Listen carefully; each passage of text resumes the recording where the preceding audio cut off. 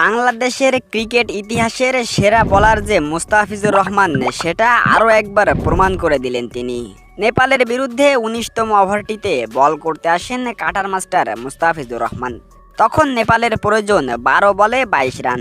বাংলাদেশের ক্যাপ্টেন নাজমুল হুসাইন শান্ত যখন মুস্তাফিজুর রহমানের হাতে ১৯তম ওভারটি তুলে দেন, ঠিক তখনই মুখের ভাবভঙ্গি পাল্টে গেল নেপালি ক্যাপ্টেন রোহিত পাউডেলের।